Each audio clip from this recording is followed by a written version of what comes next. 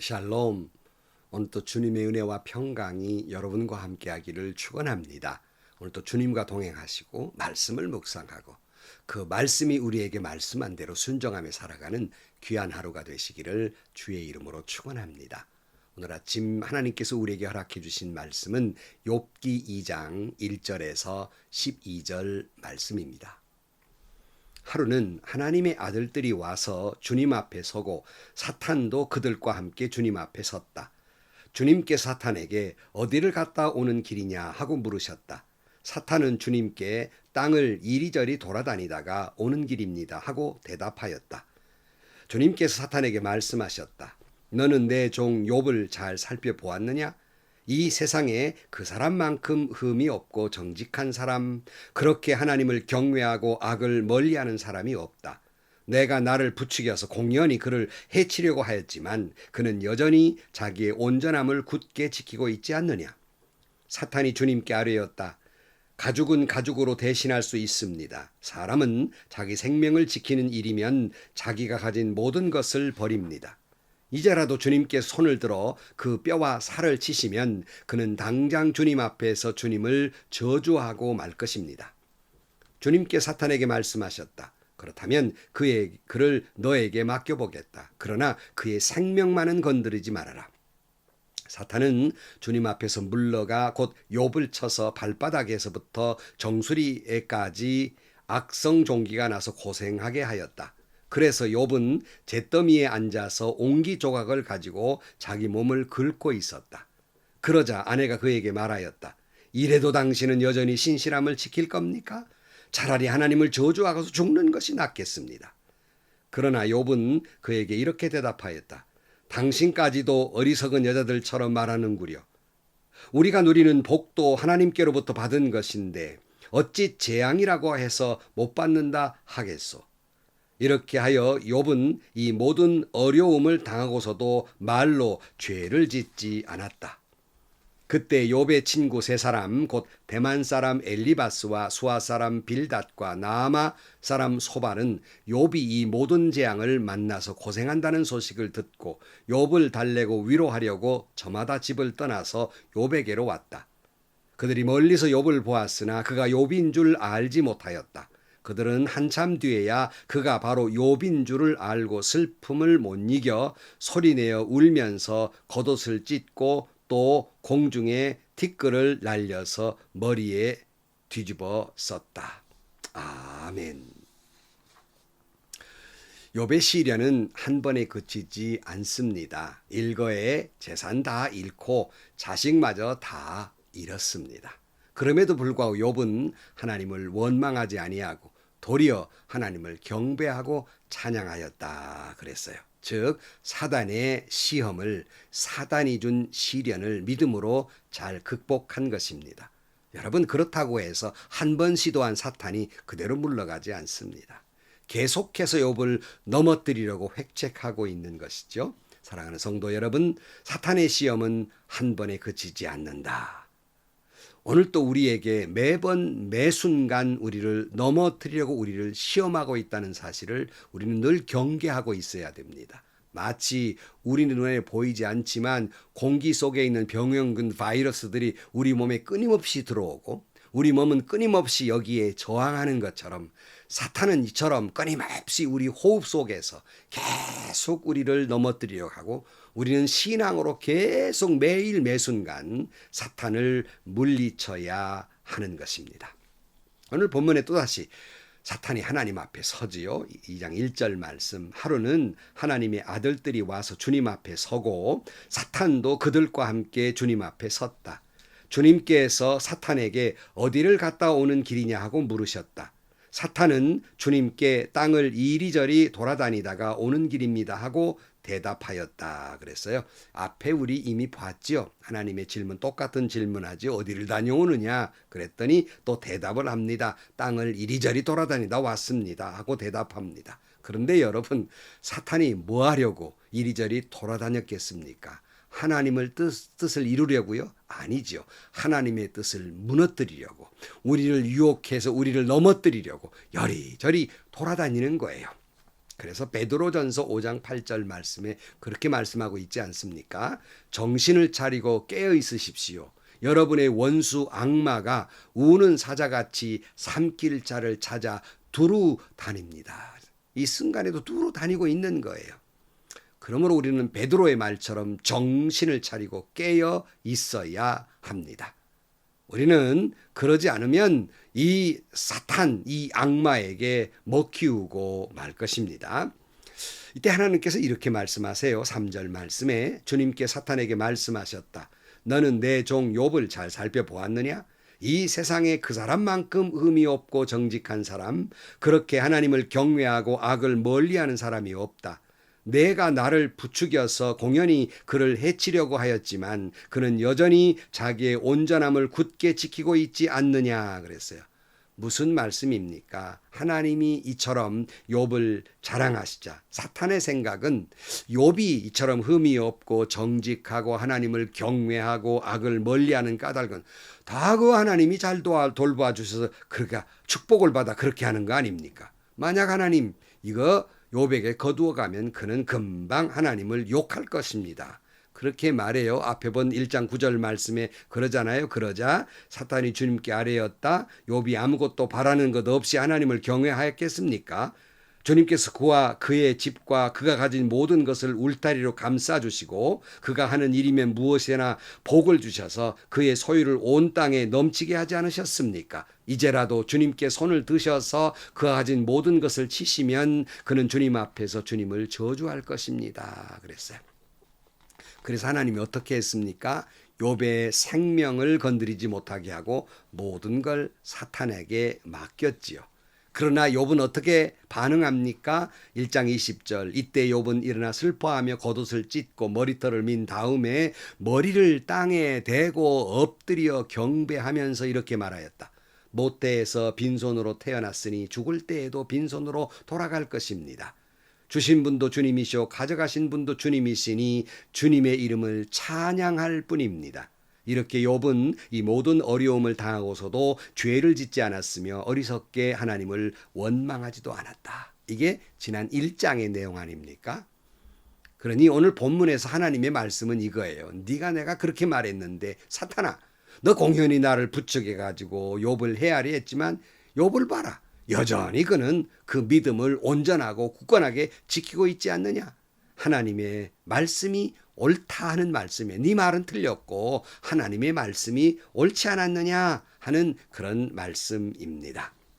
여러분 오늘 우리도 사탄이 우리를 공연히 여러 가지 모양으로 유혹하고 시련을 주어서 넘어뜨리려 한다 할지라도 하나님이 욥을 자랑한 것처럼 우리도 자랑할 만한 신앙인으로서 온전하게 믿음을 굳건히 지켜가는 여러분들이 되시기를 주의 이름으로 간절히 축원합니다.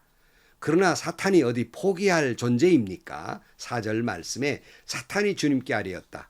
가죽은 가죽으로 대신할 수 있습니다. 사람은 자기 생명을 지키는 일이면 자기가 가진 모든 것을 버립니다. 이제라도 주님께서 손을 들어 그의 뼈와 살을 찌시면 그는 당장 주님 앞에서 주님을 저주하고 말 것입니다. 그랬어요.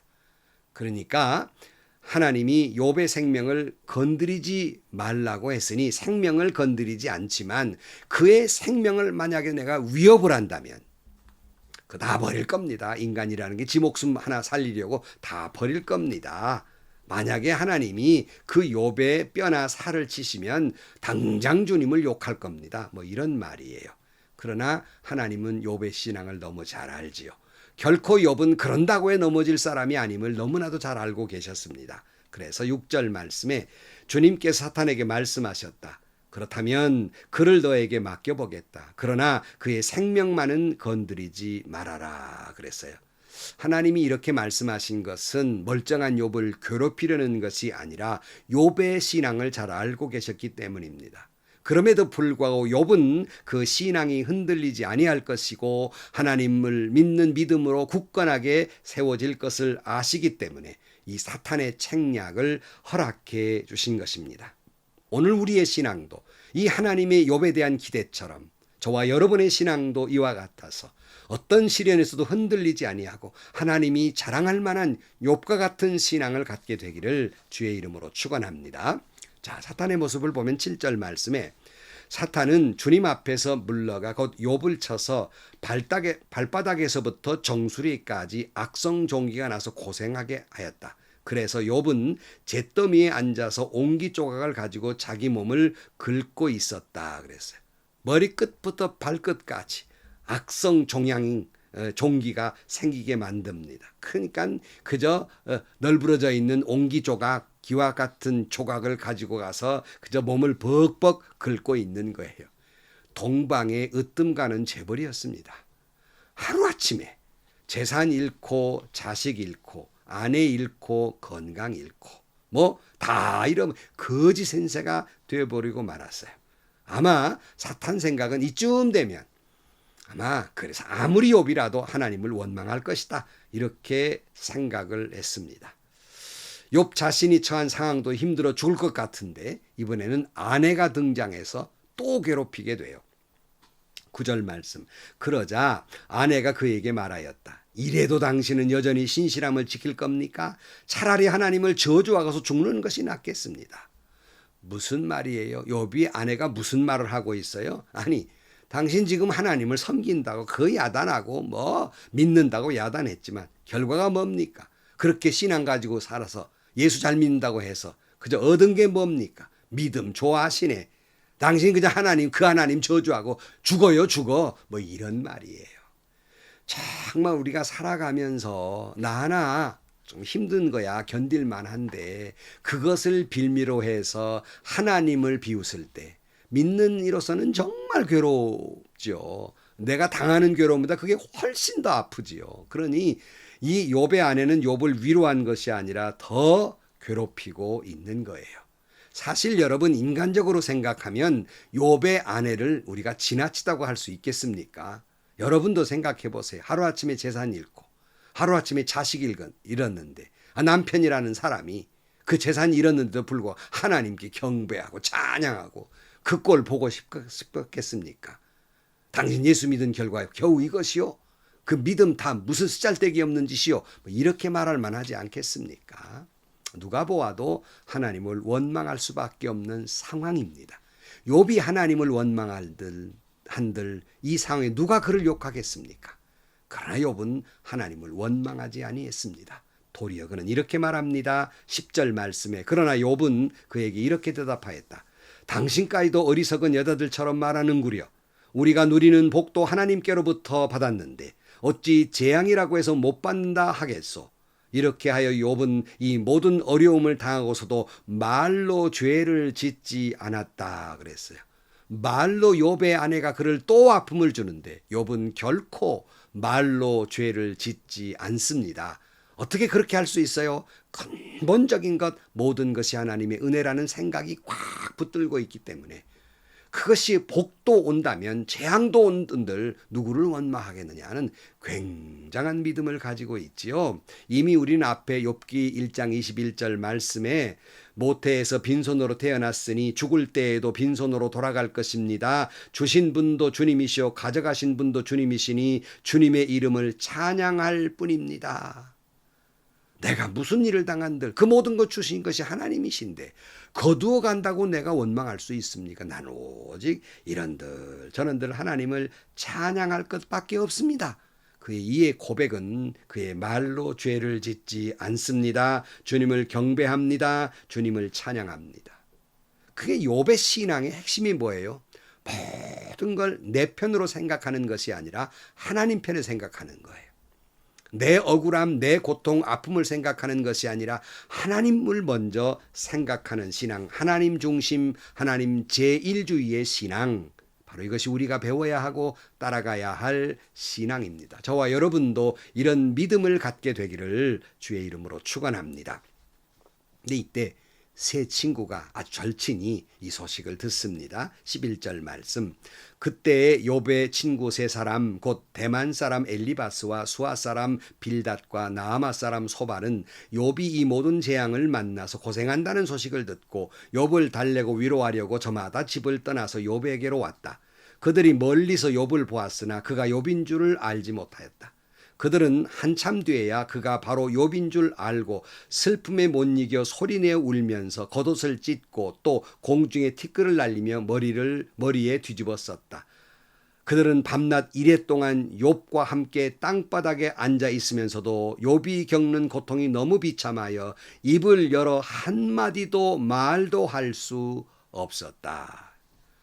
욥을 찾아가 세 친구가 보았더니 너무나도 처참해서 욥이 욥인 줄 알아보지 못할 지경입니다. 그러니 너무나 기가 막혀서 이 당시 이 지역 사람들의 그 극단의 슬픔의 표현처럼 그들은 그저 울면서 겉옷을 찢고 티끌을 공중에 날리며 뒤집어 쓰면서 함께 슬퍼하며 고통스러워했습니다. 그러고는 이래 동안이나 욥과 같이 땅바닥에 퍼부리고 앉아서 이 처참한 모습을 바라보면서 그들은 아무런 말을 할 수도 없었습니다.